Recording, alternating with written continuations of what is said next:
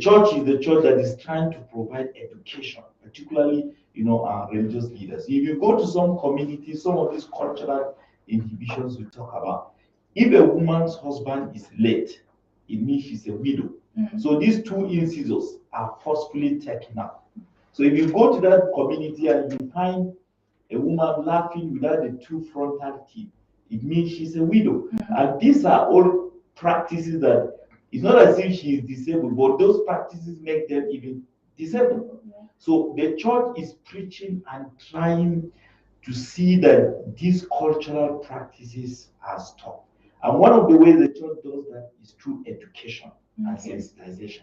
That's why in lots of local communities, the church has primary schools, secondary schools, and sometimes even universities. So that from primary school, children are even educated to be aware that if someone is disabled, that doesn't mean the person is evil or that the person is representing some kind of a spiritual world that is just meant for ritual and all that. And I think that a lot has been done and a lot is ongoing. The question then is, how can government regulations and some kind of constitutional provisions that are available reach down to the local communities so that people are aware at the level of those local communities? And secondly, how can the government also step in to support initiatives and activities that are already being undertaken by churches, by mosques, by religious leaders, by certain civil society organizations? How can they be supported in such a way? And the final thing is that some of these practices are ongoing where perpetrators are not punished, sanctions are not being carried out. There's an immense culture of impunity where people do these things and nothing happens. Even at the level of, for example, women that are living, women that are disabled, but at the same time they suffer gender-based violence and nothing happens about it. So I think it's more about enforcing existing and extant laws that we have in this country. All right, it's still disability inclusion of the network service of Radio Nigeria. You can keep coming up with your calls. Our phone lines are open, and send a message to our live stream on Facebook at the Albino Foundation. The WhatsApp number is 0908 875 7496 0908 875 7496. So stay tuned as we come up with our news update.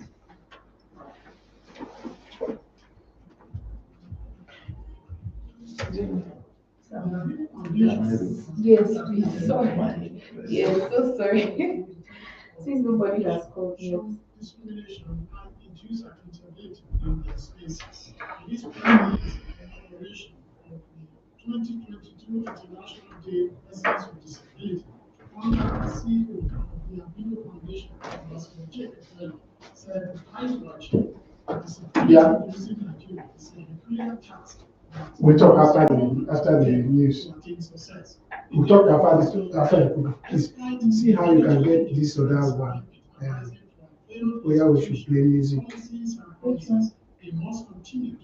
Follow up questions. You are in number 3 now. I don't have any problem with your following up questions. What I want to still absolute you. Yes, I've told you. After this one, we'll play music and play it into the 30th minute. So when we come on the other end of the, they are not, we are not getting any calls. So if by 30th minute we are not getting calls, we may not bother. We'll still be announcing, but we won't wait for them. I'll go through for music for us to play. Yeah. Just speak Igbo. Come. She's taking the star of the week. No, it wasn't recorded. We couldn't get our people to. I couldn't get the crew members to. So she will introduce you.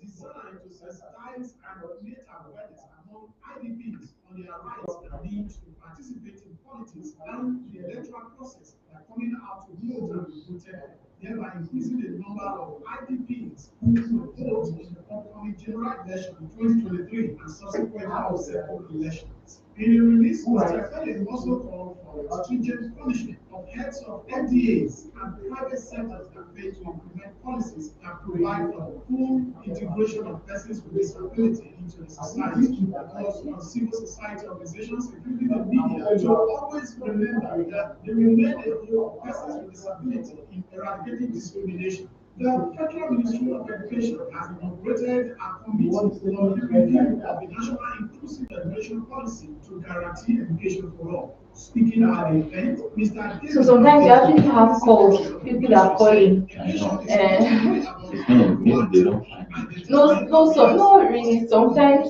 there is like a network problem. those challenges Network and problem. But let me go to said my if we write education for all must First all instrument. parents, irrespective of disability, gender, gift, or other characteristics, must have equal access to quality education. And then all members of the committee to put in their best towards producing a policy that will last and be used as a reference point by other countries. Mr. Abioye Adeleye, Director of Education Planning Research and Development and Chairman of the committee, said they will put in their best to meet up with the obligation. Kano State Governor Dr. Abdullahi Umar Ganduje has said that the Kano State Persons with Disability Amendment Law will pave way for the inclusion and development of people with disabilities in the state. He made this known to Newsman shortly after his access in Kano. Further, Kano State Council has sent passed the PWD Amendment Law on 16th November 2022. A new law provides for the establishment of a ministry to oversee the affairs of PWDs in addition to the allocation of 2% all employment opportunities to the physically impaired, visually impaired, hearing and speech impaired, spinal cord injury patient, Down syndrome patient, and leprosy victim. The campaign, which educates persons with disabilities on reducing voters' apathy to the various minimum ahead of the 2023 election, is the sixth series and was held at the Burial Hall in Lagos State. It is in tandem with the Discrimination Against Persons with Disabilities Prohibition Act signed by President Muhammadu Buhari in 2019. Also, Section 54 of the Electoral Act supports and empowers persons with disabilities to participate in the electioneering process in the country. The Abilo Foundation is being supported by the European Union SDGN2 program. The event was attended by several stakeholders, including the Administrative Secretary, Independent National Electoral Commission, INEC, Lagos State, and the chairman of Joint National Association of Persons with Disabilities, Jonathan, Osun State, Mr. Stephen Olorunfemi, and head of the department of Broadcast Education and Publicity, INEC Lagos, Adenike Adeshi, the head of INEC PWD's desk, Abuja, Daily Good News, the executive director of Disability Awareness and Development Initiative, Where Akinola, and the founder, We Play Paradigm, Dr. in his welcome remarks, Ambassador Jacob Bello, Chief Executive Officer of the Appeal Foundation, noted that the objective of the seminar was to integrate PWDs with the electoral officers and other stakeholders for information that will broaden their knowledge of their responsibilities during elections. The resident electoral commissioner of Lagos State, Mr. Olusegun Agbaje, who was represented by the administrative secretary, INEC Adebiyi Ajayi, by giving his goodwill message, said the election umpire is committed to the inclusivity of PWDs in the coming elections. Mrs. Adenike Adeshi, the head of the Department of Voter Education and Publicity, INEC Lagos, in her keynote address, urged the PWDs to do their part to exercise their daily duties. The national head of INEC PWD desk, while speaking on voting requirements and procedures for the voting process in the free elections, urged PWDs to follow the guidelines stipulated by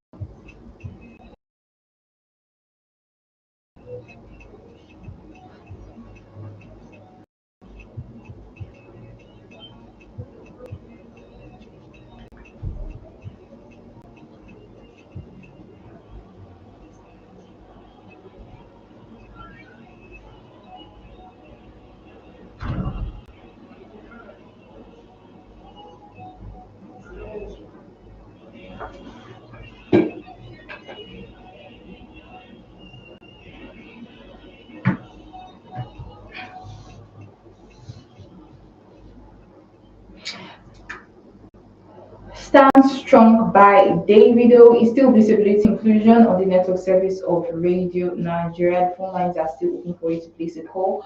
We are talking about the role of religious leaders in entrenching the inclusivity of persons with disabilities. Okay, maybe the topic is too long to understand. What we mean is, what do you think are the roles of religious leaders in disability inclusion? And of course, when we talk about disability inclusion, we are talking about persons with disability and making sure that they are entrenched or they are together with us, not excluded, not discriminated upon, and not stigmatized, not stereotyped. And everything that we do, they are able to do it now, as a member of the society because they are. And today is International Day of Persons with Disability. What better way to talk about them if not today? And we have Reverend Father Atta Barkindo, the Executive Director of the Kuka Center. Thanks for staying with us, sir, on the program. Thank you. All right, now, what kind of support are religious organizations expected to provide for persons with disabilities?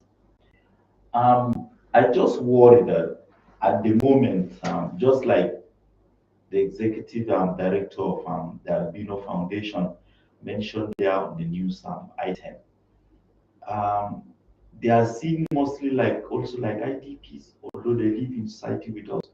So they are seen as just people who should benefit from handouts, for example, relief materials during Christmas.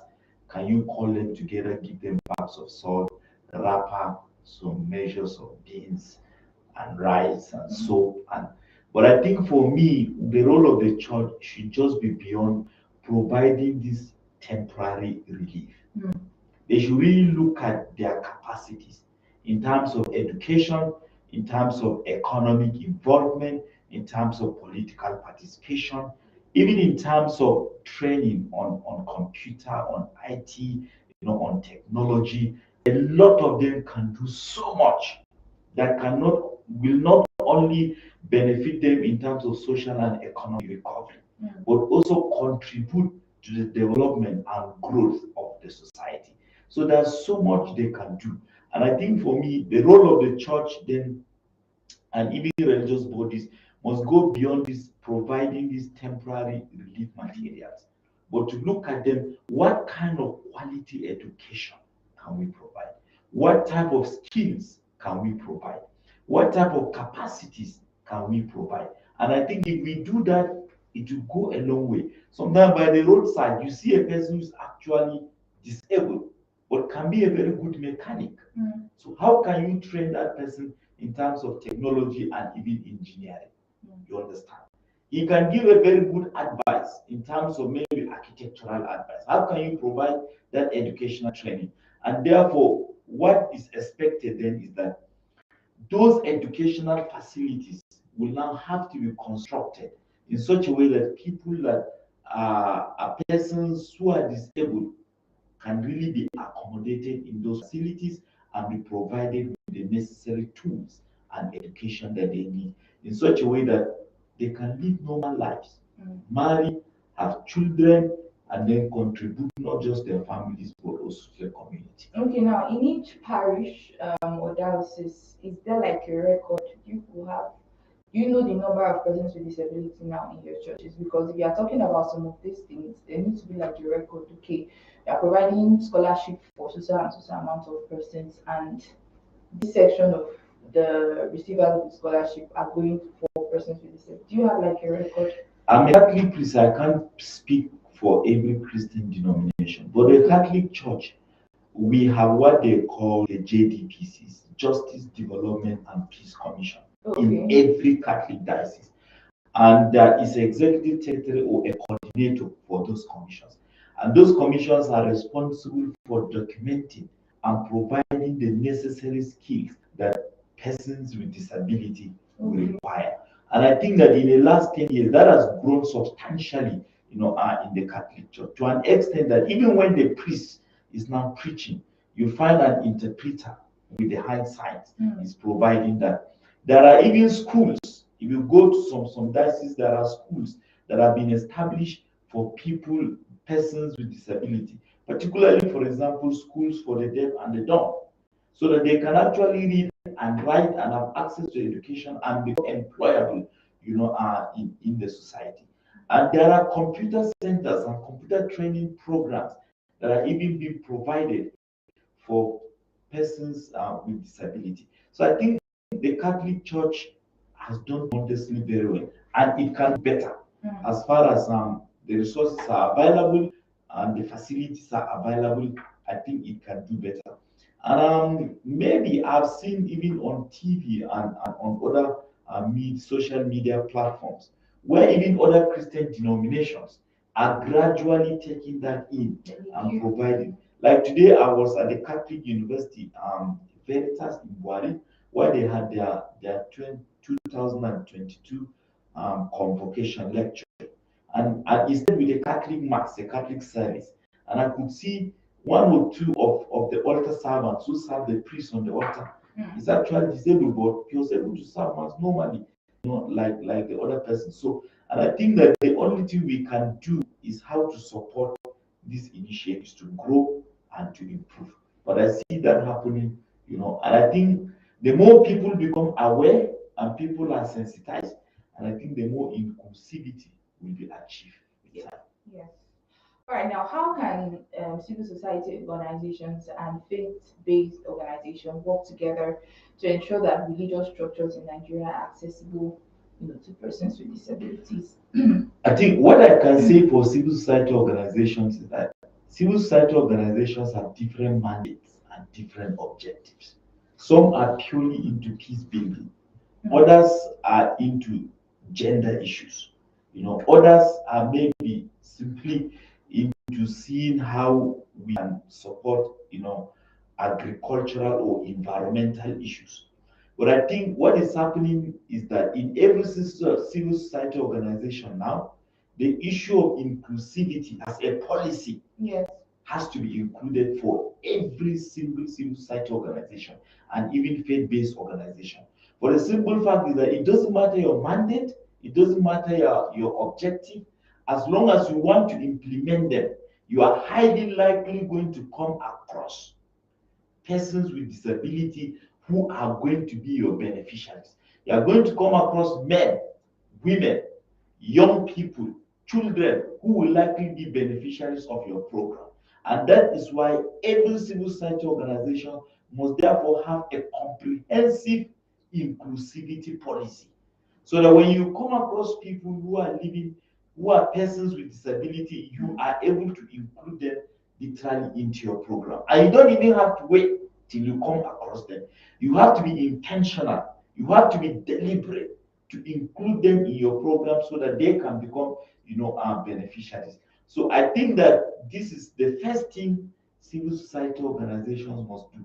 And so, irrespective of the mandate and the program, components must be created for people or persons with disability. So a lot has been done and a lot is ongoing. And I know some of the civil society organizations and faith-based organizations that I know, there are persons with disability that are working for them. And they seem to be doing very well. Okay, this seems okay. That's good to know. All right, 0908 That's number to send your WhatsApp messages to, or 0705 Those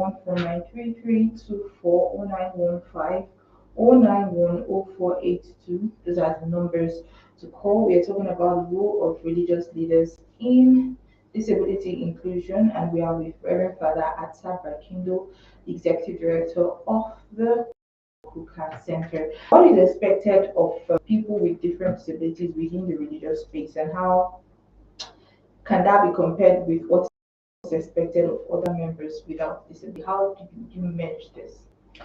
I think for us in the Catholic Church, even as priests and sisters, reverend sisters, and pastors, there are some of us that have challenges with our ability. I know there are priests that have one leg, other is amputated, another one hand. They are still appointed parish priests. They are still made to be in charge. They are still able to do their work with support of their colleagues, support of the church's authority. And I think we don't have much problem, in that regard. And there are provisions where, in cases that they are not able to, for example, transport themselves to local churches or to local parishes, they are provided with those facilities that can make them rich. And I don't want to sound immodest, but I think that they also symbolically, become an example to members of the church who are persons with disability. That if father or the pastor or the sister is disabled and can achieve that, why not? I can also achieve, my own dreams and the ambitions that I have. So when they do their work, they are also symbols and examples of inspiration to members of the church. And I think that that symbolic inspiration is very critical and very important, because within the social and economic condition that is called Nigeria and what we are experiencing in this country, it's very easy for even normal human beings, people who are able to give up, to become hopeless. Talk less of those are persons with disability. And for us as a church and as religious groups, the commodity we sell is hope. And for us, hope is never in recession. So symbolically serving as a source of inspiration, I think is critical and is very important.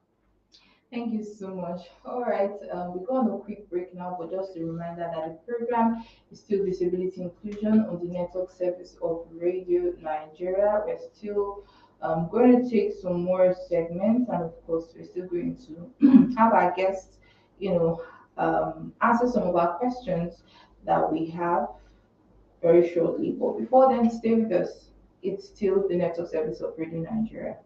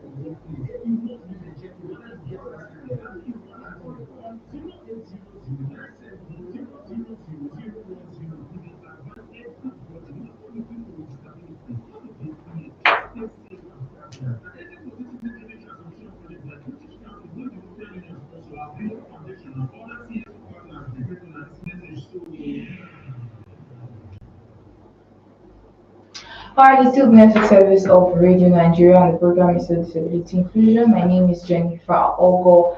Now, here are some things to know about the 2018 Disability Act. So it is prohibited according to the law to discriminate against people with disabilities within the public transportation facilities. The public transportation service providers are to make provisions for physically, visually, and hearing impaired and all persons howsoever challenged. These applies to seaports, railways, and airport facilities. The Act prohibits persons who provide goods and services from discriminating against disabled persons by refusing to provide those goods and services, or by providing such goods and services in a different manner or on different terms and conditions than they would otherwise provide to other persons and are afforded a 5-year transition period to comply. If you don't know now, you know. Thanks for staying tuned on the program Disability Inclusion. And Lynn is standing by to let us know who the star of the week is. Good evening, Lynn. Good evening, Jennifer. How are you? Good evening, Jennifer. Hi, good to see you. Good to see you too. And the star of the week is Anthony Olarewaju Awotoye, born into an impoverished family, polygamous family with an enormous lump on his chest, a bad health condition, no doubt, and being paralyzed as a child. Anthony Awotoye, popularly known as Tony Tetwila, is a proof that a man's beginning does not necessarily determine his future.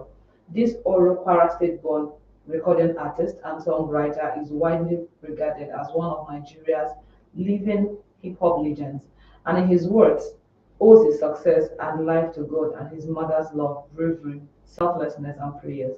He started walking, but his legs are not perfectly balanced. What is your excuse for giving up? Be inspired. Say no to defeat in life. All right, many thanks, Lynn. It's still Disability Inclusion Network Service of Radio Nigeria. I will still have Reverend Father Rakido with us in the studio live, and we'd like to, take some messages from you. If you're having troubles reaching us, kindly send a WhatsApp message or just go to Facebook. We are streaming, and then drop in a comment on the live video.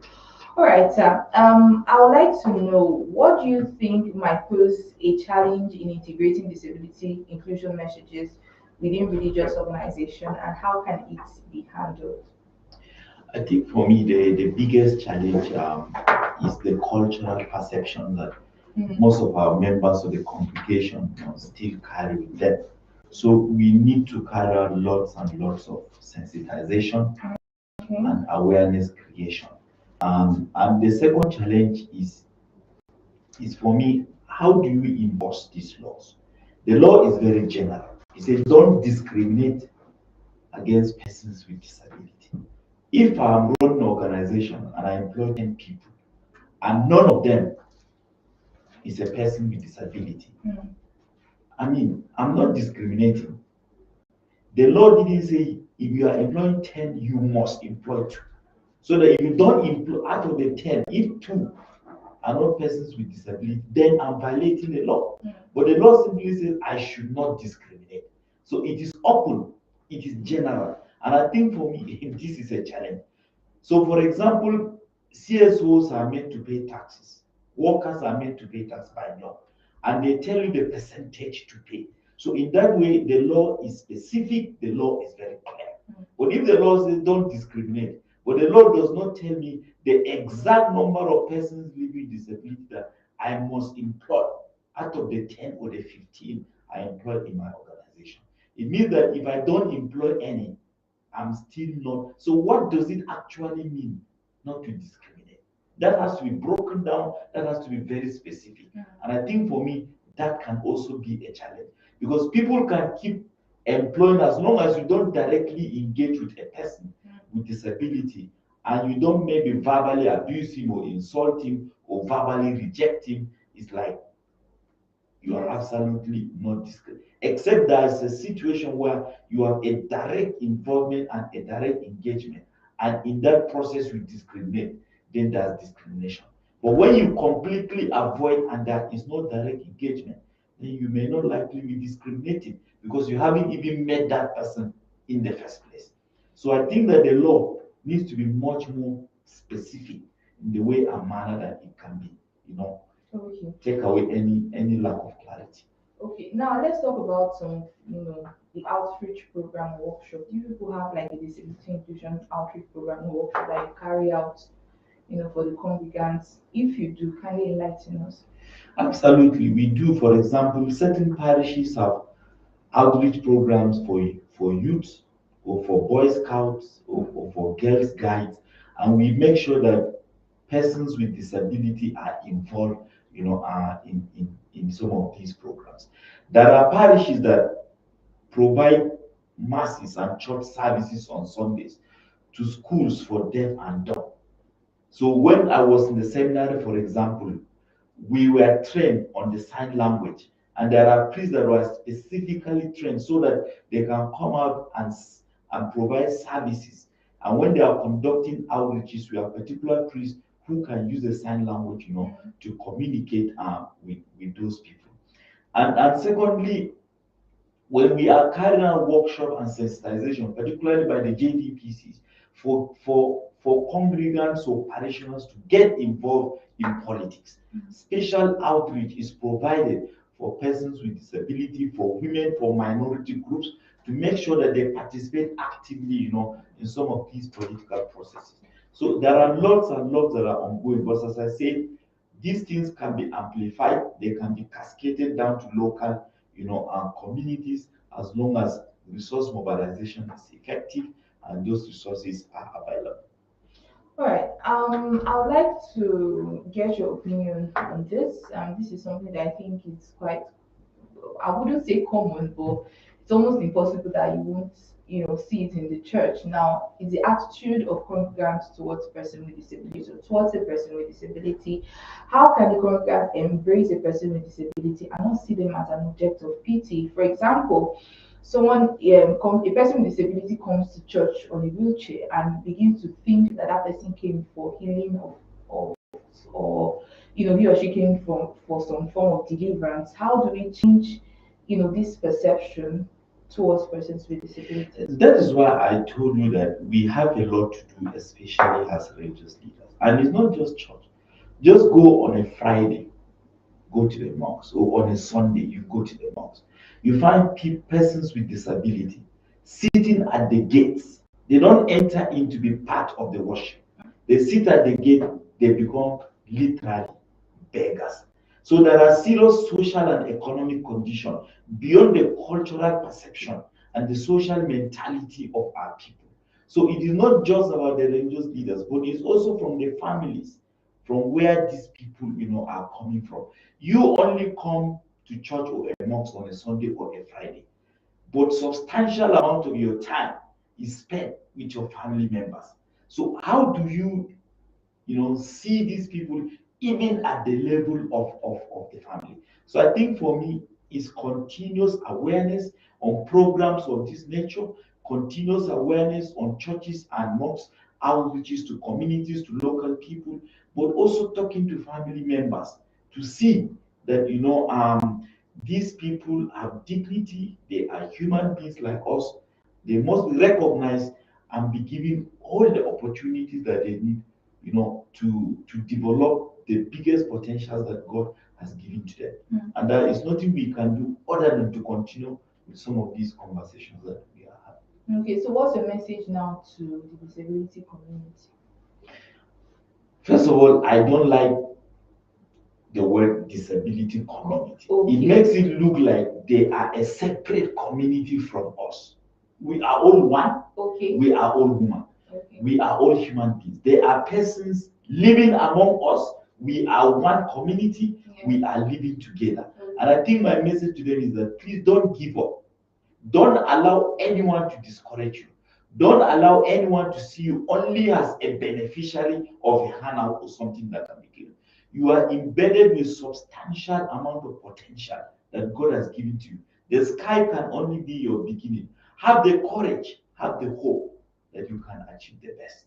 We are one community, one big human family, and we must be seen as that. For me, there are not two communities. Okay. There are only one human community. All right, so what should we be looking forward to, from the church in terms of promoting disability inclusion? I think that I want to see the church, not just Catholic Church, Anglican, Methodist, but the entire Christian community and the entire religious body. Okay. To please increase, our awareness creation, our sensitization, and our acceptance of persons with disability.